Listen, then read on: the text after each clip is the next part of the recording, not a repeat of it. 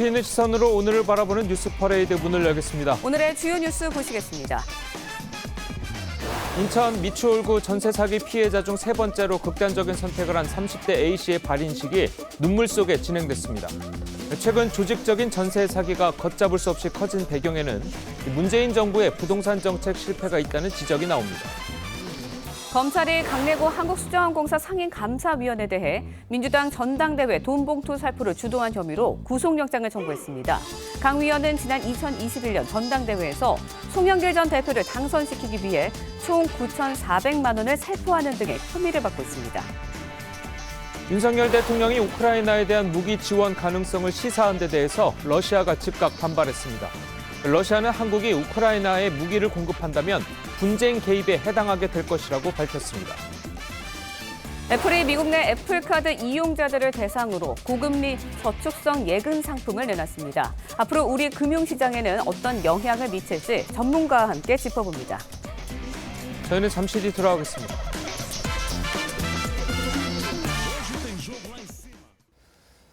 인천 미추홀구의 전세 사기 피해자 중 세 번째로 극단적인 선택을 한 30대 A씨의 발인식이 오늘 새벽 진행됐습니다. 고인은 육상 국가대표 출신으로 이른바 인천 건축왕 남모 씨로부터 전세 보증금 9천만 원을 돌려받지 못하게 된 뒤에 세상을 등진 것으로 알려졌습니다. 장례식장에 취재기자 나가 있습니다. 자, 윤수영 기자, 지금 발인식은 끝났습니까? 네, 그렇습니다. 2시간 전인 새벽 5시 반쯤 전세 사기 피해자 31살 A씨의 발인식이 열렸습니다. 유족들은 눈물로 A씨를 배웅했고 한 유족은 주변의 부축을 받아야 할 만큼 슬픔에 몸을 가누지 못했습니다. A씨의 영정사진을 든 유족 뒤로 A씨 운구 행렬이 뒤따릅니다. 어제 저녁엔 김기현 국민의힘 대표와 박대출 정책위 의장 등이 빈소를 찾아 조문했습니다. 전세 사기 피해 대책위원회 관계자는 너무나 안타까운 상황에서 간신히 버티고 있는 다른 전세 사기 피해자들도 심리적으로 크게 동요하고 있다며 정부의 조속한 대책 마련을 촉구했습니다. A씨는 이른바 건축왕으로 불리는 전세 사기 피해자 남모 씨로부터 보증금 9천만 원을 돌려받지 못한 것으로 알려집니다. A씨의 집에선 경제적으로 힘들다는 내용의 유서가 발견된 것으로 전해집니다. 육상 국가대표 출신인 A씨는 2010년 광저우 아시안게임에 출전했고 2012년 전국 육상경기 선수권 대회에선 은메달을 차지하기도 했습니다. 고인은 부평구 인천가족공원에서 영면에 들어갈 예정입니다. 지금까지 인하대병원 장례식장에서 TV조선 윤수영입니다. 정부가 인천 미추홀구에서 전세 사기를 당한 2,400여 세대의 주택 경매를 유예하기로 했습니다. 피해자들은 당장 한숨을 돌리게 됐지만 근본적인 해결책은 아직 미흡하다는 지적입니다. 김예나 기자의 보도입니다. 정부는 전세 사기 피해 지원을 위한 범부처 TF를 가동했습니다. 인천 미추홀구에서 전세 사기를 당한 2,400여 세대 주택의 경매가 유예됩니다. 인천시도 대책 마련에 나섰습니다. 피해자들에게 대출 이자와 월세를 지원하고 공공주택에 입주하면 이사비를 줍니다. 적극적으로 대책을 마련하지 않을 수 없다는 상황에 이르게 된 겁니다. 경매가 진행되는 상황으로 인해서 어려움을 겪기 때문에 경매 중단 조치는 극적으로 시행되지만 피해 세입자가 해당 주택을 먼저 사들일 수 있도록 우선 매수권을 부여하거나 국가가 채권을 회수해 먼저 보상하고 이후 구상권을 청구하는 안은 논의가 더 이어질 전망입니다. 원희룡 국토부 장관은 우선 매수권을 위해선 국회의 입법 조치가 필요하다고 밝혔습니다. 전세 사기 주택을 매입해 공공임대주택으로 활용하는 방안도 피해자에게 혜택이 제대로 가지 않을 우려 등을 따진다는 입장입니다.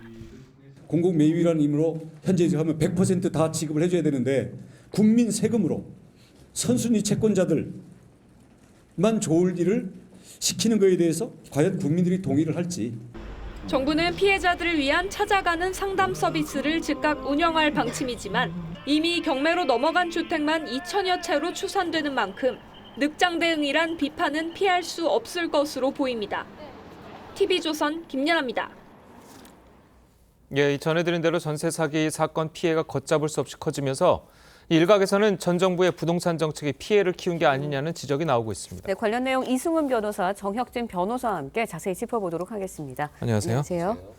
자, 이런 얘기들이 이제 뭐 여당을 중심으로 해서 나오는 이야기이긴 합니다만 지난 문재인 정부에 이제 임대차 3법이 있지 않습니까? 네네. 그 임대차 3법 때문에 이런 조직적인 전세 사기가 가능해졌다. 이런 지적들이 있거든요. 뭐 임대차 3법을 떠나가지고 예. 지난 정부의 부동산 정책의 실패가 이렇게 가격 폭등을 일으켰고, 예. 근데 왜 이렇게 그 지난 정부에서 부동산 정책이 실패를 했느냐?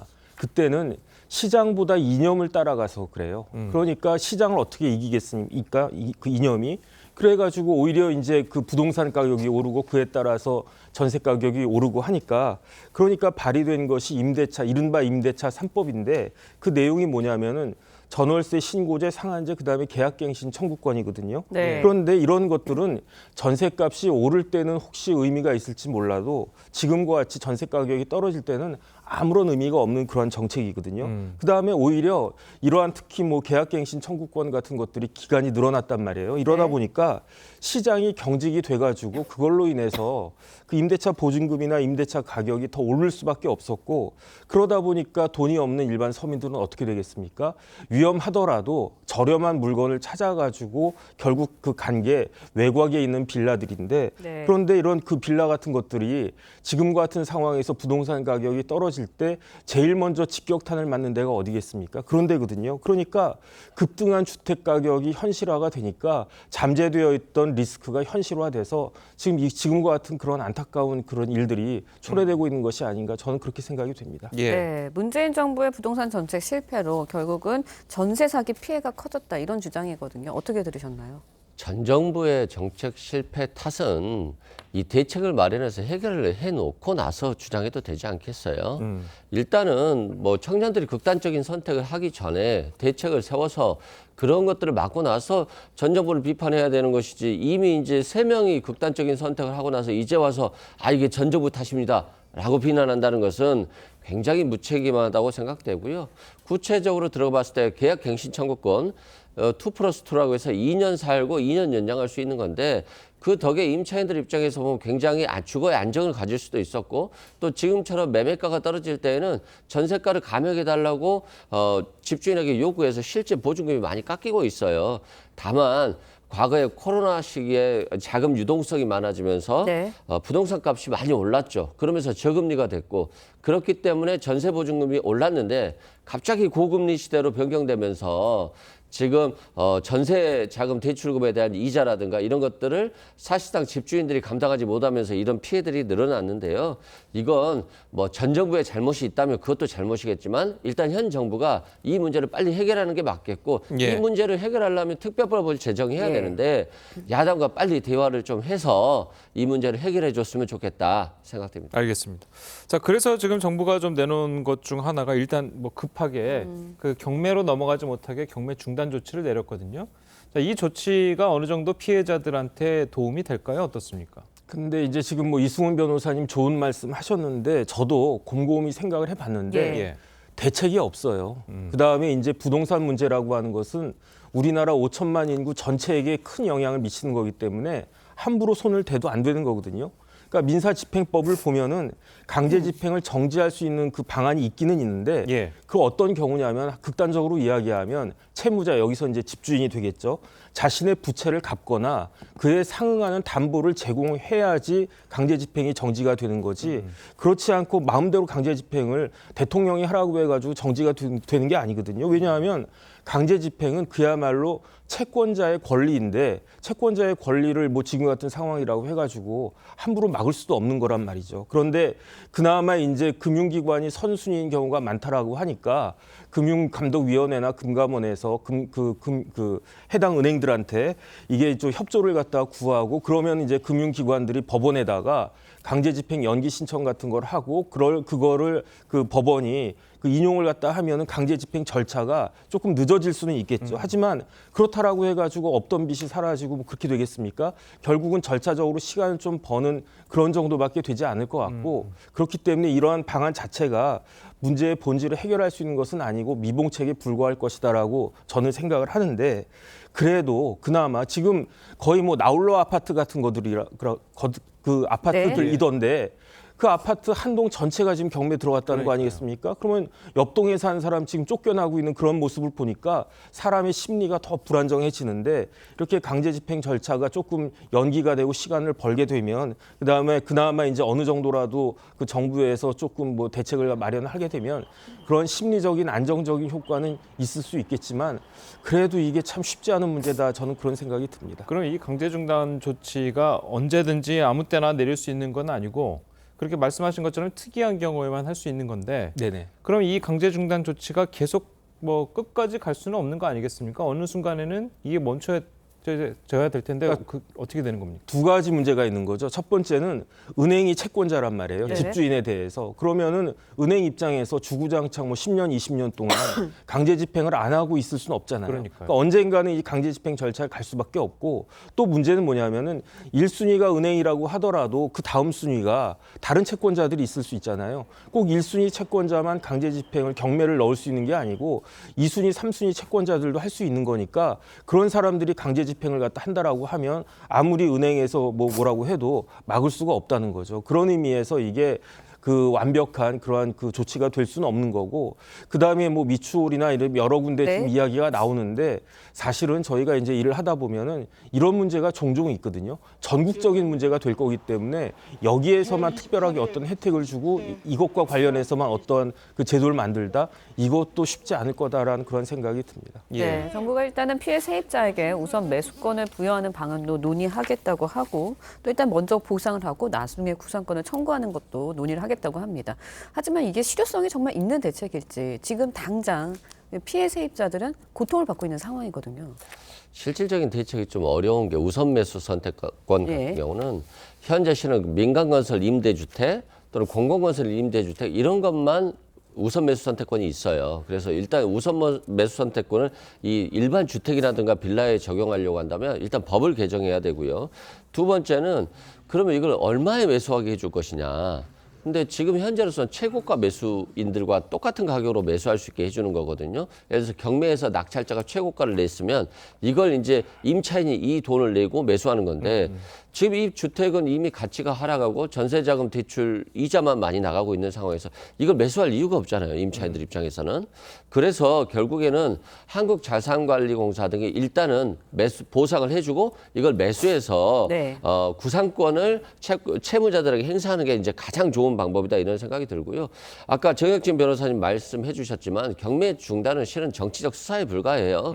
중단할 수 있는 방법이 없고 은행이 뭐 정부의 말을 듣고 중단해서 이자를 못 받아내거나 또는 경매 시기를 놓쳐서 이게 제로가 돼버리면 실은 업무상 배임이 되는 것이고 결정권자는 또 직권남용이 될 수도 있거든요. 그렇겠죠. 그래서 결국에는 이거 여야가 빨리 특별법을 제정해서 전세자금에 대한 피해자들을 구제해줘야 된다. 그리고 이렇게 미추홀구처럼 집단적인 전세자금 피해자뿐만이 아니라 개별적으로 산별적으로 피해자들이 굉장히 많아요. 그럼 이것까지도 함께 구제할 수 있는 조치. 과거에 비트코인이 폭락해서 청년들이 엄청나게 실외에 빠지고 극단적인 네. 선택을 했을 때 국가가 탕감을 해준 경우가 있거든요. 그때는 선거 기간이어서 표가 돼서 그랬을 수는 있지만 지금은 선거 기간이 아니라 할지라도 엄청난 고통이 따르고 있기 때문에 정부가 이들에 대해서 좀 보살펴 줄 필요가 있다. 이렇게 말씀. 그렇다면 아까 말씀하신 것처럼 뭐 국가가 먼저 보상해주고 나중에 이제 구상권을 청구하는 네. 이제 국가가 보상하는 과정에서 이제 국민의 세금이 들어가는 건 마찬가지일 텐데 그렇게 되면은 아까 지적한 대로 좀 형평성 논란이 있지 않겠습니까? 그렇습니다. 그래서 이제 사회적 합의가 일단 필요하고요.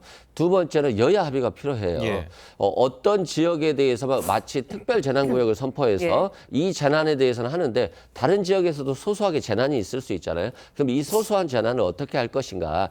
그래서 이건 여야 합의를 통해서 인천 미추홀구라든가 있던 특정 지역만 보살필 것인가, 아니면 이번 기회에 전세자금 전체적인 문제점을 좀 통과해서 일단 피해를 보상해주고 나중에 소액 변제금 같은 경우도 너무 작아요. 네. 예를 들어서 부동산의 시가가 올라가고 전세보증금이 올라가는데 소액 최우선 변제권은 뭐 2천만 원, 3천만 원 정도에 불과하기 때문에 현실적으로 이 부분도 개정하는 절차들이 좀 필요하다. 결국에는 정치가 좀 돌아가야 된다, 이런 말씀드립니다. 예, 네. 어쨌든 뭐 이 미추홀구 건축왕이라고 그러죠, 남모 씨. 네네. 이런 사람들이 이런 범죄가 가능하게 했던 게 지금 뭐 법에 좀 약간 뭐 구멍들이 좀 있고 좀 미흡한 부분이 있기 때문에 뭐 땅 조그만 거에서 시작해서 막 수백 채, 수천 채로 불어나고, 자, 이게 가능한 게 참 이해가 안 가거든요. 일단 저는 건축왕이라고 하는 표현부터 빨리 바꿔야 되겠다. 건축왕 하면 무슨 긍정적인 느낌이 들지 않습니까? 네. 엄청난 피해를 일으키고 더군다나 그 피해자가 서민들인데 그런 표현은 저는 굉장히 불쾌하다는 생각이 들고요. 예. 그다음에 이제 단순한 사기죄로 지금까지는 뭐 의율이 될 수 있고 아니면 특경가법상에 좀 강화된 사기죄로 의율될 수 있는 것으로 생각을 갖다가 했는데 예. 이런 식으로 부동산 업자하고 건설 업자하고 이렇게 조직적으로 된다라고 하면 네. 범죄단체라고 하는 게 별게 아니고요. 강력한 범죄를 저지를 것을 목적으로 해가지고 조직된 단체가 범죄 단체이거든요. 예. 그러니까 우리나라 형법과 여러 가지 특별법에 범죄단체 관련된 그 조항들이 있는데 이런 것들이 이번에는 적용될 여지가 있어 보인다라고 생각이 되고요. 그렇게 되면 어떤 효과가 발생을 하느냐. 단순한 사기보다는 형량이 높아질 거고요. 예. 그러면 지금 저 사람들이 나 돈 없다 뭐 배째라 이렇게 이야기하지만 실질적으로는 다 은닉해놨을 가능성이 상당히 높단 말이죠. 그렇게 된다라고 하면은 피해 변제를 위해서 조금이라도 더 노력을 할 거고 그렇게 해야 지금 그 많은 피해자들이 어느 정도라도 회복할 수 있는 것이 아닌가 그런 생각이 들어서 이런 부분들에 대해서는 범죄단체 조직죄에 관련한 그러한 기소를 하는 것이 그것이 타당할 것이 아닌가 하는 생각이 듭니다. 예. 네, 범죄 집단죄에 대해서 이야기를 해주셨는데 결국 이제 인천 미추홀구 전재사기 건축왕이라는 표현도 좀 어설프지만 남모 씨 일당에도 이런 범죄가 성립이 될까요? 그러니까 예를 들어서 청년 전세 자금 대출 같은 경우는 은행이 질권을 설정하지 않아요. 그러면 여러 사람한테 청년들로 해서 허위로 임대차 계약서를 작성해서 대출금을 받아내는 거거든요. 근데 이게 조직적으로 이루어졌기 때문에 범죄단체 조직죄였는데 네. 만약 이 남모 씨 같은 경우도 중개사가 딸이었다고 해요. 그리고 임대인들은 다 바지 사장인 것으로 하고 마치 남모 씨가 엄청난 재력가야라고 하면서 이 문제가 있음에도 불구하고 중개사들이 계속해서 얘기를 해주는 거죠. 근데 이런 것들이 단순히 한 건 두 건에 걸쳐서 이루어졌다라고 한다면 범죄 집단 조직죄 이게 좀 어렵겠습니다만 아주 1000채, 2000채를 갖다가 모든 방식, 이런 방식으로 아예 당사자들이 공모해서 이렇게 했다라고 한다면 범죄 집단을 만들어서 이 사기를 범한 거거든요. 네. 그래서 이런 것들은 이 경우에도 단순 사기죄가 아니라 범죄 집단 조직을 통한 사기로 처벌할 가능성은 있어 보이지만 앞으로 수사의 향배는 좀 지켜봐야 될 것 같습니다. 예, 알겠습니다. 자, 오늘 두 분 변호사님 말씀은 여기까지 듣겠습니다. 잘 들었습니다. 맞습니다. 전남 화순의 한 요양병원에서 어제 오후 불이 나서 이 환자 등 180여 명이 대피했습니다. 환자 등 20명이 연기를 흡입해 인근 병원으로 옮겨졌습니다. 정은혜 기자의 보도입니다. 4층짜리 건물에서 뿌연 연기가 쉴 새 없이 뿜어져 나오고 건물 곳곳에 유리창이 깨져 있습니다. 소방대원들은 들것으로 환자들을 옮기느라 바쁩니다. 전남 화순의 한 요양병원에서 불이 난 건 어제 오후 2시 39분쯤. 다행히 스프링클러가 작동해 불은 크게 번지지 않고 46분 만에 꺼졌지만 건물에 연기가 가득 차 환자와 직원 등 181명이 긴급 대피했습니다. 이 가운데 지하 보일러실에서 용접 작업을 하던 60대 남성 A씨와 환자 등 20명은 연기를 마셔 인근 병원으로 옮겨졌습니다. 내적 확인했을 때 의식은 들어왔다고 들었거든요. 소방당국은 지하 목욕탕 보일러실에 환풍기를 설치하는 과정에서 용접 불티가 튀어 불이 난 것으로 보고 있습니다. 아무래도 용접 불티 인근에 있는 기본적인 가연물은 목욕탕이다 보니까 수건이랄지 이런 부분 좀. 이 요양병원은 지난 10일에도 목욕탕 보일러실에서 불이 났는데 이를 보수하는 과정에서 또다시 불이 난 것으로 소방당국은 추정하고 있습니다. TV조선 정은혜입니다. 검찰이 민주당 전당대회에서 돈봉투 살포를 주도한 혐의를 받고 있는 강래구 수자원공사 상임감사위원에 대해서 구속영장을 청구했습니다. 강 의원은 지난 2021년 전당대회에서 송영길 전 대표를 당선시키기 위해 9,400만 원을 살포를 주도한 혐의를 받고 있습니다. 윤슬기 기자입니다. 검찰이 강래구 수자원공사 감사에 대해 정당법 위반 혐의 등으로 구속영장을 청구했습니다. 강 씨는 지난 2021년 민주당 전당대회에서 송영길 전 대표의 당선을 위해 총 9,400만 원 살포를 주도한 혐의를 받고 있습니다. 또 사업가 박모 씨로부터 300만 원의 뇌물을 수수한 혐의도 받고 있습니다. 불법 자금 9,400만 원 중 강 씨가 조달한 돈은 8천만 원인 것으로 검찰은 보고 있습니다. 검찰은 강 씨를 상대로 송영길 전 대표가 돈봉투 살포 과정을 보고받거나 직접 관여했는지 등을 추궁한 것으로 전해졌습니다. 내가 조금 성만이 형이 준비해 준 걸 가지고 인사를 했습니다. 내가 그때 잘했네, 잘했어 막 그러더라고. 검찰 안팎에선 송 전 대표가 돈봉투와 별개로 직접 조달한 걸로 의심되는 추가 자금에 대한 수사도 이뤄질 거란 관측이 나옵니다. 영길이 형이 어디서 이제 구했는지 그런 건 모르겠지만 내용은 모르고 많이 처리를 많이 했더라고. 검찰 수사는 당시 송영길 캠프 경선 자금 전반으로 확대될 것으로 보입니다. TV조선 윤슬기입니다. 민주당 초선 의원들이 파리에 머물고 있는 송영길 전 대표의 귀국을 촉구하고 나섰습니다. 당내에서는 돈 액수에 대해서 밥값이나 차비 수준이라는 발언들도 나오면서 또 다른 논란이 되고 있습니다. 정민진 기자입니다. 민주당 초선 의원 80여 명이 참여한 더민초와 50여 명이 모인 더미래가 잇따라 집단 성명을 내고 송영길 전 대표의 조기 귀국을 촉구했습니다. 조속히 귀국하여 사건의 실체를 밝혀주십시오. 당이 위기입니다. 본인이 당대표 시절 부동산 투기 의혹이 제기된 의원들에 대해 탈당 공고, 출당 조치를 했던 전례에 비추어서도 매우 부적절하다. 비명계 최고위원들도 송 전 대표가 직접 사퇴를 수습하라고 압박했습니다. 민주주의를 더 이상 후퇴시키지는 말아주십시오. 무책임한 태도를 지켜보며 당원과 국민은 당혹감과 실망감을 송 전 대표를 제명해야 한다는 주장까지 나왔습니다. 윤영찬 의원은 귀국을 거부하면 출당이나 제명해야 한다고 했고 호남 출신 초선 의원도 탈당을 압박했습니다. 하지만 송 전 대표는 예정대로 22일 회견에서 밝히겠다는 입장만 되풀이했습니다. 친명계 의원들의 안일한 상황 인식도 도마에 올랐습니다. 실무자들의 차비, 진짜 소위 말하는 기름값, 식대 이런 정도 수준이거든요. 사실. 50만 원은 사실 이게 이 한 달 밥값도 안 되는 돈이긴 하거든요. 논란이 커지자 정성호 의원은 실언이라고 사과했지만 장 최고위원은 아무 입장도 내지 않고 있습니다. TV조선 정민진입니다. 전해드린 대로 민주당 내에서 돈봉투 의혹의 중심에 있는 송영길 전 대표의 귀국을 촉구하는 목소리가 잇따르고 있습니다. 자, 두 분과 함께 정치권 소식을 자세하게 짚어보도록 하겠습니다. 정호김 전 새누리당 의원 그리고 김종욱 전 청와대 행정관 나오셨습니다. 안녕하세요. 네, 안녕하세요. 자, 송 전 대표를 향해서 이 당내에서 어떤 이야기들이 나왔는지 직접 들어보겠습니다.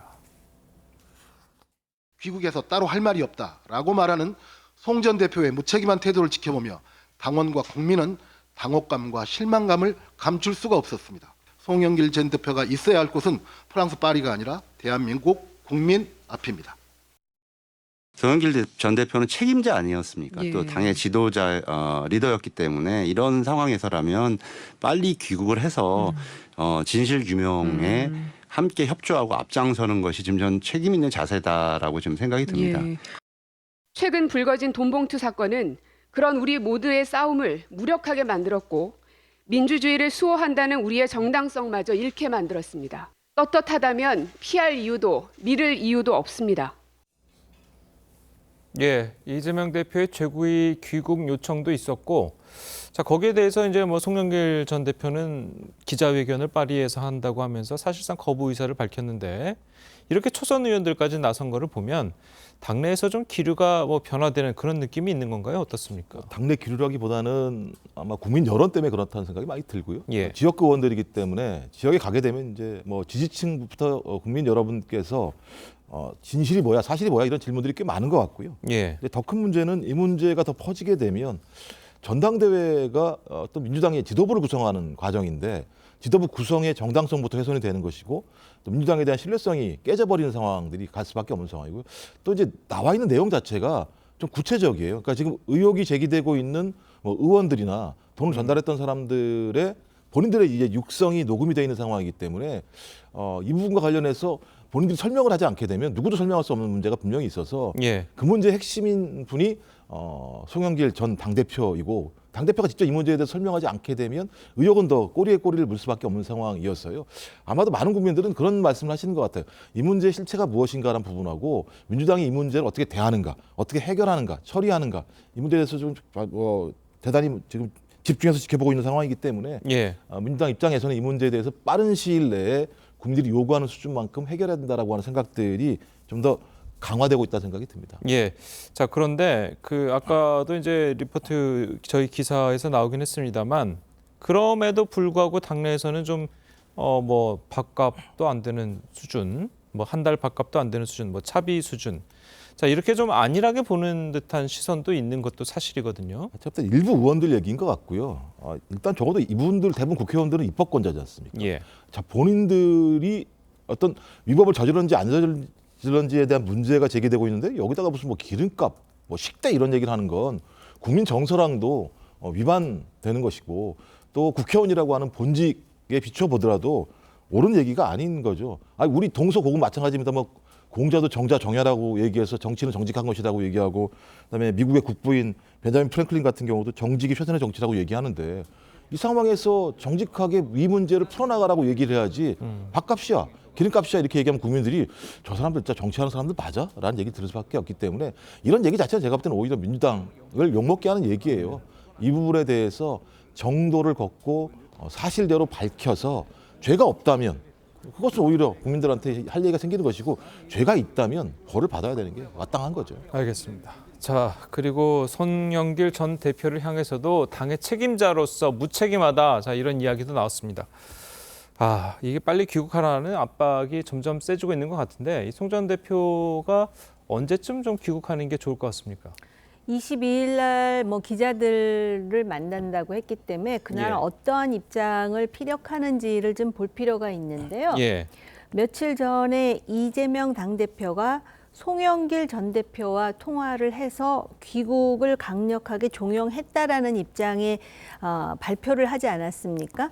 그래서 많은 사람들이 송영길 전 대표가 곧 귀국하겠구나 했는데 오히려 22일 자신의 입장을 밝힌다고 하면서 억울하다고 하니까 현 대표와 전직 대표 간의 어떤 의사소통상의 조율이 이루어지는가에 대한 그런 의구심에 이어서 지금 어찌됐든 조기 귀국에 대한 입장을 아직까지 발표하지 않는 이런 송영길 전 대표의 어떤 태도에 대한 많은 비판들이 있습니다. 당 내에서도 있고요.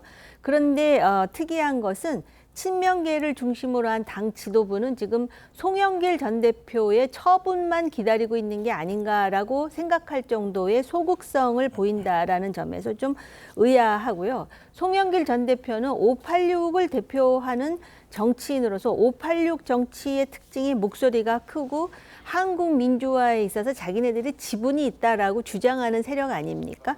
그런데 이러한 지금 당내의 정치 자금, 경선과 관련한 비용에 있어서 자기 측근들이 이렇게 논란의 대상이 되고 또 지금 측근 중에 한 사람으로 되어 있는 이정근 전 사무부총장이 지금 여러 가지로 지금 고백을 하고 있는 상황에서 송 대표의 이러한 태도는 좀 납득이 되지 않습니다. 알겠습니다.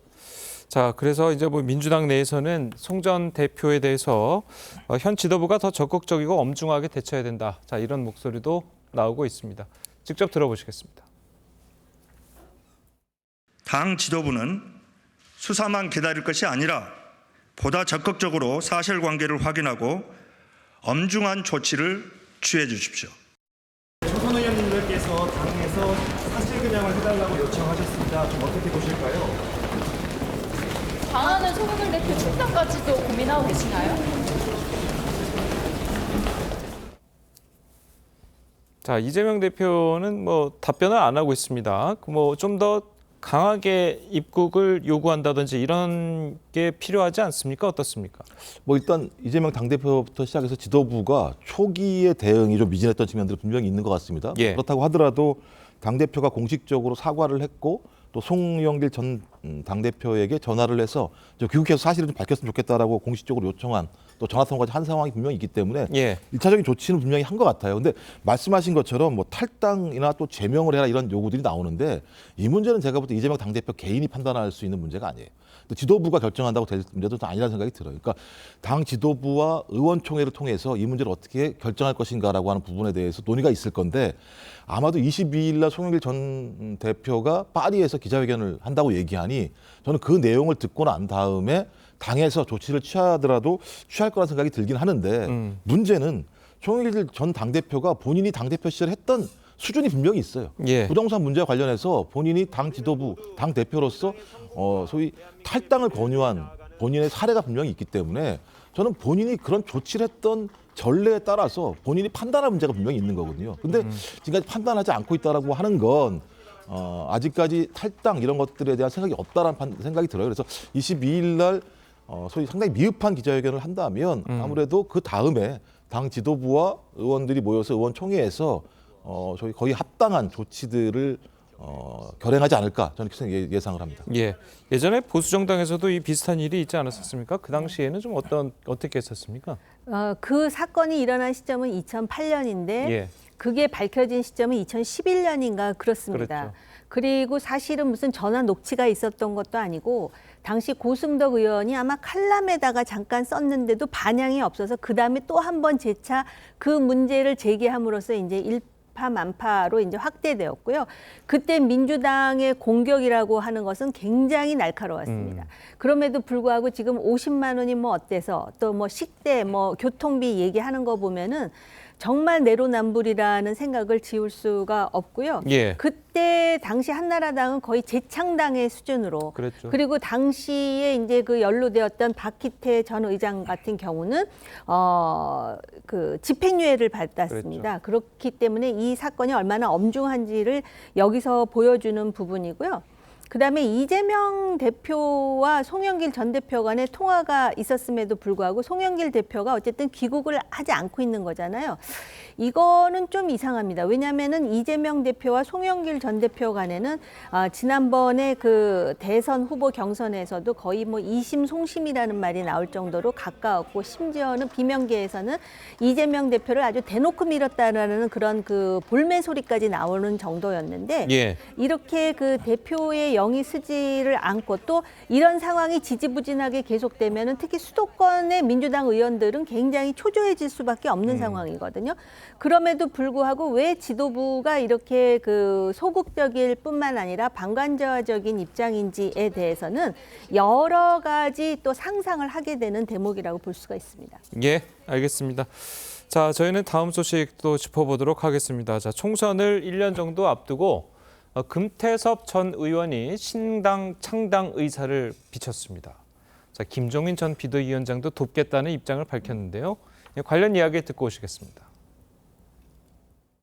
내년 총선 때 수도권을 중심으로 30석 정도의 의석을 차지할 수 있는 세력이 등장하면 새로운 길을 찾을 수 있다고 생각을 합니다. 금태섭 의원이 수도권에 30석이라고 얘기를 하잖아요. 수도권이 121석이에요, 지금 현재로. 예. 그러니까 이 후보자들이 나오면은 그 정도도 가능할 수 있다고 나온 거죠. 뭐 금태섭이라고 대통령 못할 일이 없을 거 아니에요. 도와내 주신 걸로 아는데. 여러 정치인을 많이 만나봤지만 예. 기본적인 사고가 금태섭 의원만큼 정리된 사람도 없어요. 자, 뭐 수도권 30석을 목표로 한다. 신당 창당 의지를 표명했는데 뭐 사실 뭐 매번 총선 때마다 이런 움직임들은 사실 좀 있었고 그동안 이제 또 현실화됐던 뭐 당도 몇 개 당이 있지 않습니까? 물론 성공한 당도 있고 실패한 당도 있지만 자, 이런 움직임을 좀 어떻게 지켜보십니까? 실제로 신당 창당이 가능하다고 보십니까? 뭐 환경은 가능하다고 보죠. 그러니까 양당 기득권 정치에 대해서 불만을 느끼고 있는 유권자층이 항상 존재하기 때문에 그 유권자층에게 호소할 수 있는 어떤 능력이 있고 신뢰를 받는다면 가능하다는 생각이 드는데 저는 왜 그것이 김종인 전 비대위원장하고 금태섭 전 의원인지 모르겠어요. 아니 이분들 어떤 분들입니까? 양대 기득권 정당이 힘들 때마다 산소호흡기 달아주신 분들 아니에요? 비대위원장 가셔가지고 살려주시고 하신 분들이 갑자기 오늘날 나와서 제3지대를 만들겠다라고 말씀하시면 그분들이 진짜 그야말로 제3지대라고 하는 양당 기득권 정치를 타파하겠다라기보다는 본인들의 공간이 생기니까 새롭게 정치하시려고 하는 거 아니야? 라고 하는 의구심을 가질 수밖에 없는 측면들이 분명히 있습니다. 그리고 대통령제 하에서는요, 실제로 다당제가 쉽지 않아요. 그래서 대부분 어떤 형태냐로 하면 한 정당, 그러니까 예를 들면 지금의 국민의힘이든 아니면 민주당이든 완전히 총선 한 4, 5개월 전에 폭망을 한다거나 아니면 특정한 지역, 호남이든 아니면 영남이든 자기들이 지지했던 정당에 대해서 매우 불만을 느끼고 분노를 느끼면서 응징투표를 하는 경우가 아니면 실제로 성공한 사례가 별로 많지 않고요. 수도권도 소위 소선구제하에서 지역구에서 투표를 통해서 제3정당을 만들어낸 게 아니고요. 비례라고 하는 숫자가 적은 거죠. 그 공간 속에서 만들어졌기 때문에 성공할 수 있는 가능성은 높지 않다라는 생각이 들어요. 그러니까 적어도 기존 양대 기득권 정당이 완벽한 실수를 해야지만 성공할 수 있는 어떤 가능성이 있기 때문에 제가 볼 때는 저분들이 성공할 수 있을 것인가라는 고민도 분명히 있습니다만 저분들이 해야 되는가? 전 그게 더 갸우뚱하는 측면이 분명히 있기 때문에 제발 정치의 판이 열릴 때마다 나오셔가지고 하시려고 하는 건 권력용으로 보인다. 오히려 본인들이 과거에 했던 잘못된 정치를 반성하시고 난 다음에 비전을 제시하시고 그 비전에 대해서 국민들이 동의한다면 그때 제3정당을 창당하겠다고 말씀하시는 순서가 좀 맞다고 생각합니다. 알겠습니다. 지금 뭐 좀 굉장히 신랄하게 비판을 해주셨는데 과연 이 무당층이 이분들이 금태섭 전 의원과 김종인 전 비대위원장이 노리는 게 무당층 아니겠습니까? 이 과연 무당층들에게 금태섭 전 의원과 김종인 전 비대위원장이 과연 매력적인 선택지가 될 것이냐의 문제는 이제 또 다른 문제가 아니겠습니까? 좀 어떻게 예측을 하십니까? 네. 매력적으로 보이지는 않아요. 지금 현재로는. 그런데 지금 우리나라의 최대 다수당이 중도 무당입니다. 그렇기 때문에 그리고 이제 그동안 신당 창당을 해서 성공한 사례라고 한다면 제3정당으로서 JP 뭐 안철수 의원의 정당 정도를 꼽고 있는데요. 그렇죠. 제 생각으로는 어쨌든 그러한 어떤 그 여러 가지 시행착오가 있었지만 지금쯤 나올 때가 됐다라고 생각하는 사람들도 있는 것 같습니다. 그런데 이제 우리나라 정치 문화를 보면은 항상 이렇게 신당 창당할 때 새로운 얼굴을 이렇게 기대하는데 이미 금태섭 의원도 그렇고 김종인 전 비대위원장도 그렇고 많이 알려져 있는 인물이기 때문에 이제 그런 면에서 좀 신선하지 못하다라는 측면하고 그다음에 한국 문화를 보면은요. 중도보다는 흙 아니면 배 뭐 이렇게 아주 깔끔하게 정리되는 그러한 것을 좋아하는 정치적 인식이 있어요. 그러니까 그걸 어떻게 이제 혁파하느냐가 중요하겠죠. 다만 김영우 교수 얘기하셨듯이 이들이 산소호흡기를 달아주던 인물이 아니냐 이제 그러셨잖아요.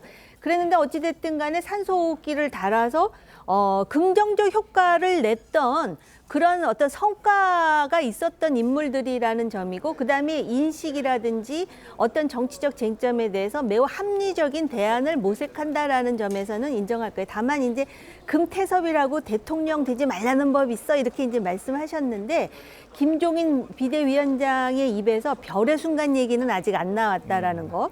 그런 차원에서 신당을 창당하기 위해서는 이들이 적극적으로 후원하되 뭔가 프랑스의 마크롱에 버금가는 그런 새로운 얼굴을 하나 이렇게 세워야 되는 거 아닌가? 개인적으로 한국 정치 문화라는 게 중요하거든요. 정치라는 게 합리성보다는 감성이라든지 또는 그런 어떤 스타성이라든지 뭐 이런 것도 상당히 중요한 변수가 된다는 점에서 오죽하면 지금 신당을 창당하겠다고 하겠습니까? 그러니까 오죽하면 정치를 혐오하겠다. 민주당이나 국민의힘이나 지금 하는 행태들을 보면 오죽하면은 그런 말들이 나오겠는지에 대한 양당의 성찰도 필요한 시점이라고 생각합니다. 예, 알겠습니다. 자, 오늘 두 분 말씀은 여기까지 듣겠습니다. 잘 들었습니다. 고맙습니다. 예, 러시아가 한국이 우크라이나에 무기를 공급한다면 이 분쟁 개입에 해당하게 될 것이라고 경고하고 나섰습니다. 윤석열 대통령이 우크라이나에 대한 무기 지원 가능성을 시사한 데 대한 반발로 보입니다. 최원희 기자입니다. 대규모 민간인 공격 등이 발생하면 인도적 지원이나 재정 지원만 고집하기 어렵다는 윤 대통령 발언에 대해 러시아는 강하게 반발했습니다. 한국이 우크라이나에 무기를 공급하면 전쟁 개입을 뜻한다고 했습니다. Конечно же, начало поставок вооружения будет косвенно означать определенную стадию вовлеченности в этот конфликт. 서방 국가들을 향해서도 경고를 이어갔습니다. Разумеется, все больше и больше стран будут пытаться втянуть непосредственно в этот конфликт. 지난 17일 남부 헤르손과 동부 루한스크 등 우크라이나 점령지를 찾은 푸틴 대통령은 이들 지역 개발 프로그램이 거의 완료되고 있다고 밝혔습니다. Хотел бы начать с того, что правительство, как известно, завершает подготовку программы развития новых регионов и 국제사회의 비판에도 우크라이나 점령지가 러시아 영토라는 주장을 굽히지 않고 있습니다. 미 백악관은 푸틴의 점령지 방문이 러시아의 전황이 좋지 않다는 징후라고 말했습니다. TV조선 최원입니다. IT업계 공룡인 애플이 금융권 진출을 호시탐탐 노리고 있습니다. 개인 간 송금 서비스인 애플 캐시, 자체 신용카드인 애플카드, 또 애플페이에 이어서 최근에는 애플 예금을 출시해 관심이 집중되고 있죠. 애플 예금에 금융권이 촉각을 곤두세우는 이유는 바로 높은 이자율 때문입니다. 애플은 연 4%의 이자를 예고했습니다. 미국의 평균 저축성 예금의 연 이자율이 0.35%인 점을 감안하면 11배나 높은 금리입니다. 그래서 예금자들에겐 솔깃할 수밖에 없는 소식입니다. 그런데 어떻게 하면 애플 예금에 들 수 있을까요? 궁금증들이 한두 가지가 아닌데요. 애플의 아이폰을 써야지만 가입이 가능한 건지, 미국뿐 아니라 국내에서도 가입할 수 있는 건지, 또 외국 국적도 상관이 없는 건지, 또 예금 한도 같은 거는 없는 건지 등등입니다. 하지만 뭐니 해도 애플 예금을 예의주시하는 곳은 바로 기존의 은행들입니다. IT 공룡 애플에 잇따른 금융권 진출이 업계에 어떤 영향을 가져올지 그 누구보다 관심이 많을 수밖에 없는데요. 궁금증은 또 있습니다. 미국처럼 우리도 이 같은 성격의 예금이 대거 출시되는 날이 오지는 않을까. 이 경우 기존 은행들은 어떻게 되냐는 점입니다. 관련 영상 보시고 애플 예금을 둘러싼 궁금증들 전문가와 함께 짚어보도록 하겠습니다.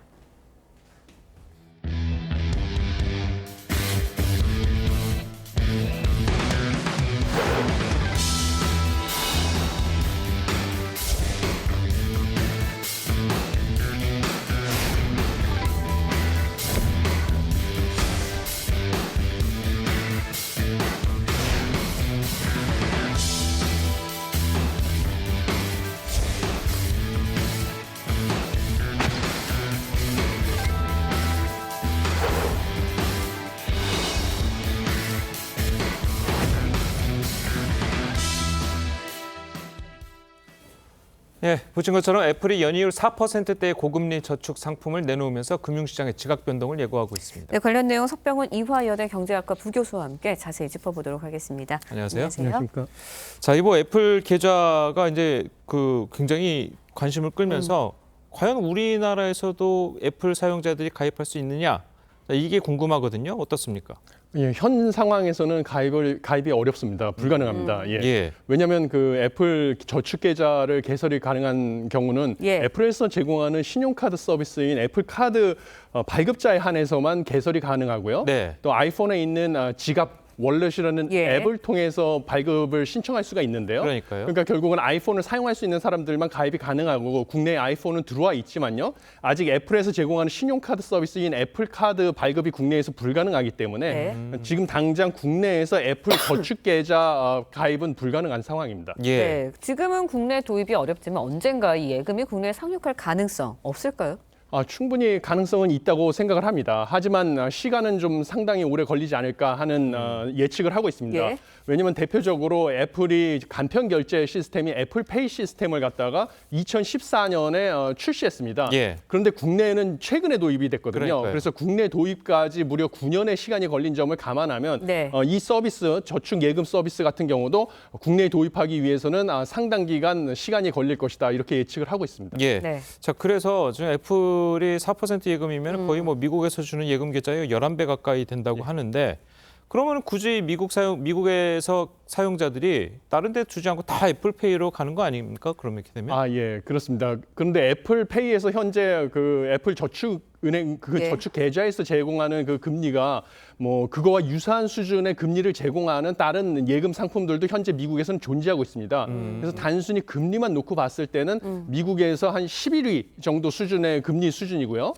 예금 중에. 그렇지만 이제 애플 저축 계좌의 예. 장점은 다른 은행에서 동일한 수준의 금리를 받기 위해서는 뭐 한 달에 평균 잔고를 뭐 500만 원 이상을 유지를 해야 된다든지 뭐 입출금에 수수료가 있다든지 이런 여러 가지 제약 조건이 있는데 네. 애플 저축 계좌는 그러한 조건이 없다는 강점이 있습니다. 예. 그렇기 때문에 충분히 예금자들이 이쪽으로 그 돈을 옮길 가능성이 큽니다. 더군다나 금융 서비스 같은 경우는 신뢰도가 중요한데요. 애플 브랜드의 인지도가 뭐 미국 내에서는 최고 수준이기 때문에 이런 애플 브랜드 인지도에서 주는 신뢰도 그런 다음에 미 연준의 지금 기준금리는 상당히 5% 수준이지만 미국의 저축성 예금의 평균 이자율 같은 경우는 0.35%에 불과하기 그러니까요. 때문에 상당히 이 예대 마진 차이가 미국도 커가지고요. 미국의 소비자들도 이렇게 조금이라도 높은 예금 금리를 주는 곳을 향해서 예. 이 머니 무브를 하고 있는 상황입니다. 예. 그래서 충분히 예금자들의 돈이 이곳으로 쏠릴 가능성은 있습니다. 네, 예. 가능성에 대해서 이야기해 주셨는데 예금자들의 돈을 이제 애플이 좀 빨아들이다시피 하면 그럴 경우에 특히 중소은행들이 타격 입지 않을까라는 생각이 들거든요. 지난달에 실리콘밸리 은행 사태도 있었고요. 예, 맞습니다. 지금 지난달에 실리콘밸리 은행 파산 사태 이후로 중소형 은행에 예금을 가지고 있던 고객들이 예. 지금 중소형 은행 언제 파산할지 모르겠다 이래서 걱정이 돼서 지금 현재는 미국의 4대 은행으로 예금을 많이 옮기고 있는 상황입니다. 거기다가 아까 말씀드린 것처럼 기준금리는 상승하지만 평균 저축성 네. 예금 금리는 0.35%에 불과하기 때문에 조금이라도 금리가 높은 뭐 머니 마켓 펀드로도 돈이 이탈하고 있는 상황인데요.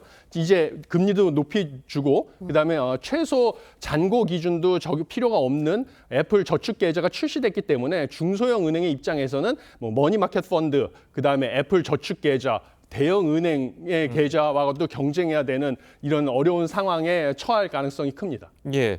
자, 뭐 국내에서도 뭐 비슷하게 IT 네. 기업들이 좀 이런 거 내놓는 게 있잖아요. 뭐 예. 카카오뱅크라든지 얼마 전에 이제 가장 얘기 애플페이랑 애플 계좌랑 비슷한 게 네이버에서 내놓은 계좌인데 자, 이런 것들이 좀 더 활성화가 될 수 있을까요? 이걸 계기로? 예, 이번 일을 계기로 이번 케이스가 되게 성공적일 가능성이 크거든요. 네. 그래서 애플 같은 경우는 지금 전략적으로 금융 서비스 산업에서의 그 서비스를 확장하고 있는데 애플페이도 도입을 하고 애플 신용카드도 도입을 하고 단기 대출 서비스라고 하는 애플페이 레이터 먼저 결제를 한 다음에 뭐 한 달 뒤에 그 대금을 지급하는 이런 식으로 단기 대출 상품도 출시를 했는데 이번에 예금 상품까지 영역을 확장을 했거든요. 네. 근데 이렇게 성공 사례가 생기면 국내의 대형 정보기술 기업 같은 경우들도 그다음에 미국의 다른 대형 정보기술 기업들 뭐 구글, 뭐 아마존 이런 네. 기업들도 금융 서비스, 금융 시장으로 진출할 가능성은 커집니다. 왜냐하면 두 가지 이점이 있는데요. 첫 번째는 간편 결제 시스템, 애플페이나 국내에는 뭐 삼성페이도 있고 네이버페이도 있는데요. 이런 간편 결제 시스템을 이용해서 고객의 소비 습관에 대한 정보를 축적할 수가 있고요. 그다음에 여기 고객의 신용도에 대한 정보를 축적을 해서 향후 금융 서비스나 다른 부가 서비스 제공에 마케팅에 활용을 할 수가 있습니다.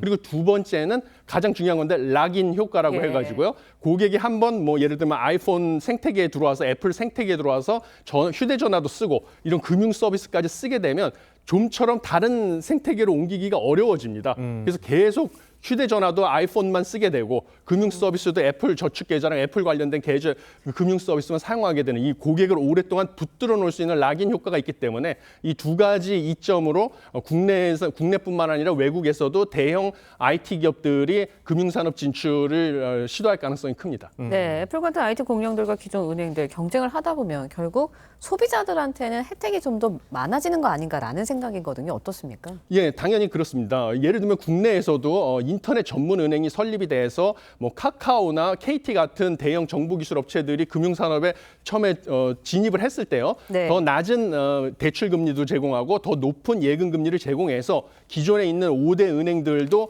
예금 금리는 올리고 대출 금리는 낮춰줬던 그 소비자들에게 이득이 됐던 경험이 있습니다.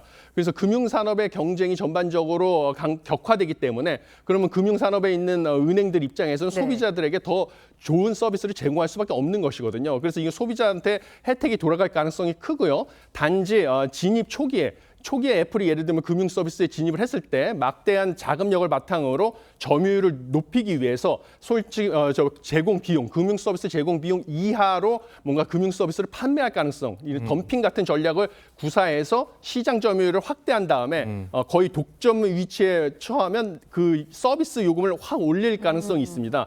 이런 거에 대비해서 뭐 공정거래위원회가 네. 초기에 대형 IT 업체들이 이런 덤핑 같은 것을 이용해서 시장 점유율을 확장하려고 하지 않나 이런 것을 좀 감독할 필요는 있을 것으로 보입니다. 자, 뭐 IT 기업 우리나라로 치면 이제 IT 기업들이 이제 카카오나 네이버 같은 데서 이제 금융 서비스를 시작하는 것. 예. 자, 그런 것들은 이제 오래됐으니까 뭐 새로운 게 아닌데 애플이라고 한다면 우리나라로 치면 삼성전자 아니겠습니까? 그렇죠. 예. 예를 들어서 삼성전자가 애플과 같은 서비스, 그러니까 지금 뭐 삼성카드가 있듯이 예. 삼성카드를 가지고 삼성 계좌를 만든다면, 삼성 갤럭시 폰으로 삼성 계좌를 만든다면 그게 가능성이 있습니까? 어떻습니까? 예, 그럼 애플하고 비슷한 서비스를 제공할 수가 있는데요. 예. 현재 우리나라에는 이제 은산분리라는 규제가 있습니다. 예. 그래서 산업자본이 은행을 소유해서 자신의 사금고처럼 활용하는 것을 막기 위한 규제인데요. 그거에 따르면 산업자본, 삼성전자와 같은 산업기업은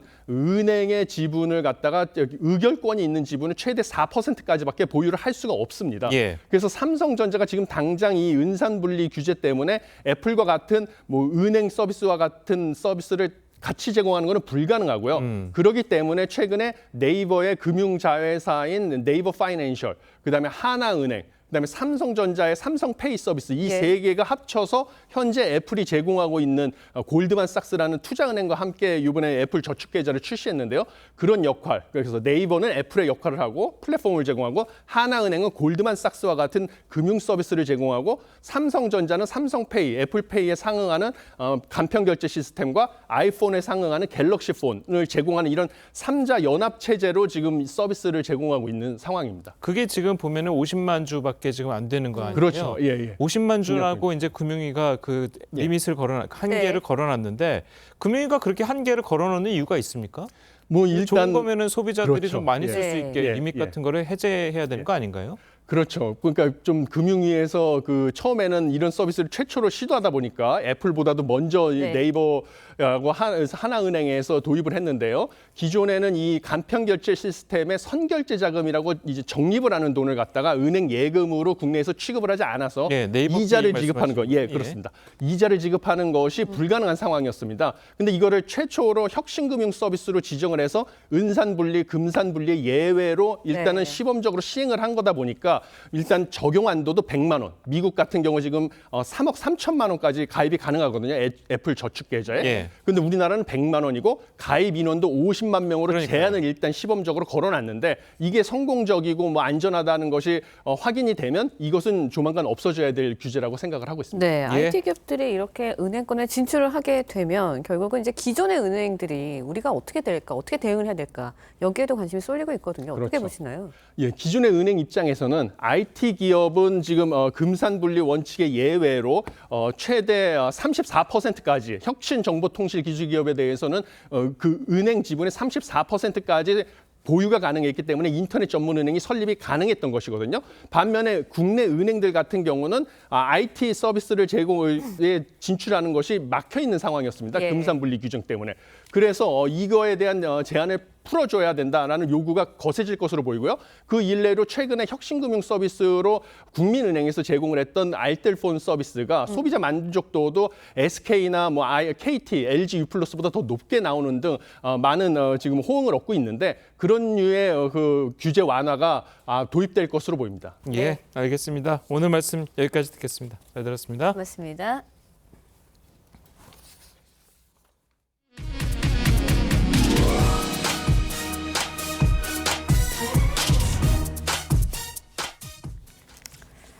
지난 미국 대선 결과를 사기라고 한 폭스뉴스가 1조 원이 넘는 배상금을 지불하게 됐습니다. 표현의 자유가 널리 인정되는 미국마저도 가짜 뉴스의 해악은 묵과하지 않겠다는 뜻으로 풀이됩니다. 이다솜 기자의 보도입니다. 지난 2020년 미국 대선 이후 폭스뉴스는 개표기 조작 가능성을 집중 보도했습니다. 개표기 업체 도미니언이 트럼프 전 대통령의 표를 바이든 대통령의 표로 바꿔치기 했다고 주장했습니다. 이 같은 부정선거 음모론에 일부 트럼프 지지자들은 국회 의사당에 난입하는 등 사회적 파장은 심각했습니다. 결국 부정선거를 뒷받침하는 증거는 발견되지 않았고 폭스뉴스는 도미니언에 7억 8,750만 달러, 우리 돈 약 1조 391억 원을 배상하게 됐습니다. 미국 명예훼손 소송에서 공개된 합의금 중 역대 최고액입니다. The truth matters. Lies have consequences. Today's settlement of $787,500,000 represents vindication and accountability. 표현의 자유를 규정한 수정헌법 1조를 절대적 가치로 여기는 미국에서 언론 보도 관련 재판이 거액의 배상으로 마무리된 것은 아주 이례적으로 전문가들은 가짜뉴스의 해악이 심각함을 보여주는 사건이라고 평가했습니다. I think they'll have to be more careful when those kinds of claims touch upon and relate to specific individuals and specific businesses and paint them in a negative light. 폭스뉴스는 지난해 매출의 5%에 달하는 거액의 배상금을 물게 되며 경영상 상당한 타격을 받게 됐습니다.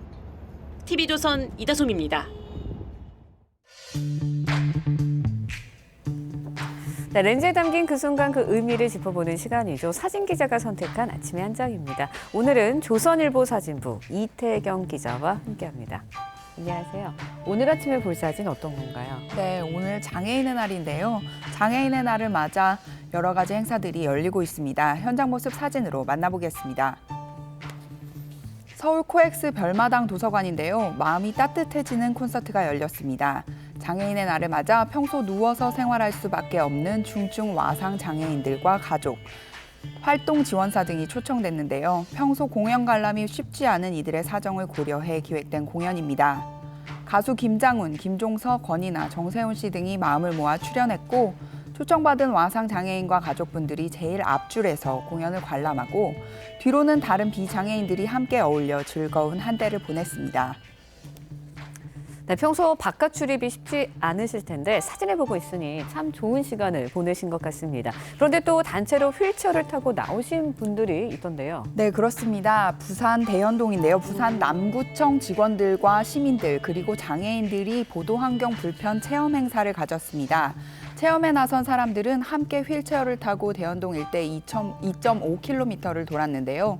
경사진 길이나 장애물이 있는 길목에서 걸어 다닐 때는 느끼지 못했던 불편을 체험하며 다시 한번 장애인들의 입장을 헤아릴 수 있는 기회를 가졌습니다. 네, 장애인과 비장애인이 차별 없이 살아가는 사회를 만드는 것이 우리 모두의 사명이겠죠. 지금까지 아침의 한 장이었습니다. 어제는 중부를 중심으로 기온이 크게 올라 초여름 같았죠. 오늘은 남부지방의 기온이 크게 오르겠습니다. 동해상에 있는 고기압을 따라 따뜻한 남서풍이 불어오기 때문인데요. 낮 동안 광주는 27도까지 오르겠고 대구는 30도까지 치솟겠습니다. 자외선 차단에 신경을 쓰셔야겠고요. 반면 서울은 18도 선에 머물면서 어제보다 기온이 10도가량 낮겠습니다. 기온 변화에 건강 잃지 않도록 유의하시기 바랍니다. 출근길 현재 중부 서해안과 호남, 경남에는 안개가 짙게 끼어 있고요. 영동을 제외한 중부지방으로는 오전까지 1mm 안팎의 이슬비가 조금 지나겠습니다. 또 강원 산지에는 강풍주의보가 내려진 가운데 바람이 거세게 불겠습니다. 바다의 물결은 남해 동부 먼바다, 제주 남쪽 먼바다에 풍랑주의보가 내려진 가운데 최고 4m로 매우 높게 일겠습니다. 내일부터는 남부지방의 고온 현상도 사라지겠고요. 주말에는 비 소식 없이 구름만 많이 지나겠습니다. 날씨였습니다. 목요일 아침 뉴스 퍼레이드는 여기서 마치겠습니다. 네, 저희는 내일 아침 7시 30분에 다시 찾아뵙겠습니다. 시청해주신 여러분 고맙습니다.